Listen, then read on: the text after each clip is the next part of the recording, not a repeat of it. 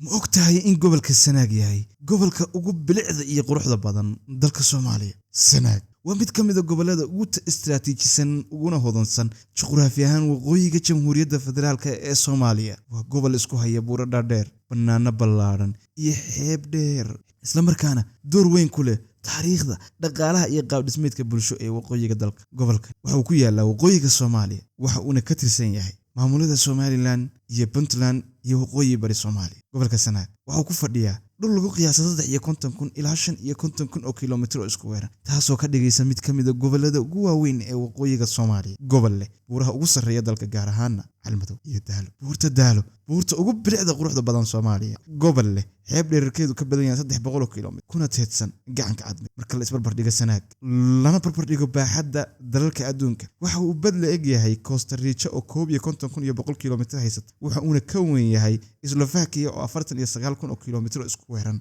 ku fadhida. Tirada dadka gobolka Sanaag waxaa lagu qiyaasaa ilaa 800 iyo 900 inta u dhaxaysa oo kun oo qof, sida ay muujinayaan qiyaasaha qaramada midoobay ee ay sameysay UNFPA-da ama UNOCHA-ga inta u dhaxaysay 2019 iyo 2022. Dadka deegaanka waxay u badan yihiin xoolo dhaqato reer guuraa, beeraley ku nool togoga iyo dhulka buuraleyda ah, kalluumaysato ku nool degmooyinka xeebaha ku yaal. Gobolka Sanaag waa mid ka mid ah gobollada ugu taariikh ahaan faca weyn dhulka Soomaalida. Waxa uu hoy u ahaa saldanadda Warsangeli. Xeebaha Sanaag waxaa si badan loogu xusay qoraalladii Giriigii hore, gaar ahaan Pebbles of the Erythraean Sea oo la qoray qarnigii 1aad ee miilaadiga, halkaasoo lagu tilmaamay marin ganacsi oo isku xira Carabta, Afrika iyo Hindiya. Gobolku wuxuu hoy u ahaa boqortooyooyin iyo saldanado maxalli ah, gaar ahaan kuwii dhashay kadib burburkii saldanadii Ajo qarnigii 19. Sanaag waxa uu galay saameyn gumaysi oo u dhaxaysa Ingiriiska iyo Talyaaniga, inkasta oo gacan ku haynta dhabtii ah ay weligeed ku jirtay beelaha deegaanka xilligii dowladda dhexe ee Soomaaliya. Gobolka Sanaag wuxuu ka koobnaa degmooyin waaweyn oo ay ka mid yihiin Ceeri Gaab, caasimadda gobolka, Laas Qoray, Ceelaf Weyn, Badhan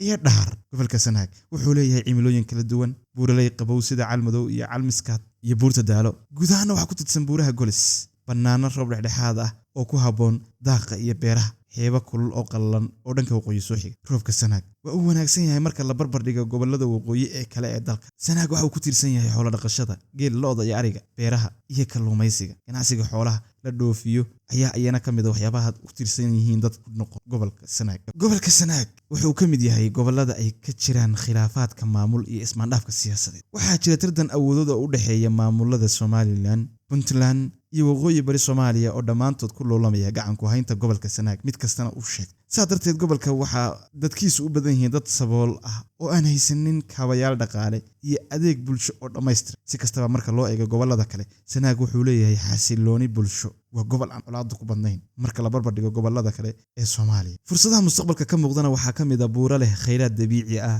xeebo istiraatiiji ah oo dekedda yar laga dhisi karo, dhul beereed aan si buuxda loo isticmaalin. Xataa waxaa laga beeran karaa bunka oo Soomaaliya ka bixin, gaar ahaan Galmudug baa laga beeri karaa. Bulsho adkaysi leh oo ku tiirsan wax soo saar. Haddii laga gudbo khilaafaadka siyaasadeed ee Soomaaliya hareeyay, Soomaaliya dib isu soo abaabusho dal noqoto, gobolka Sanaag wuxuu noqon karaa tiir muhiim u ah horumarka waqooyiga Soomaaliya.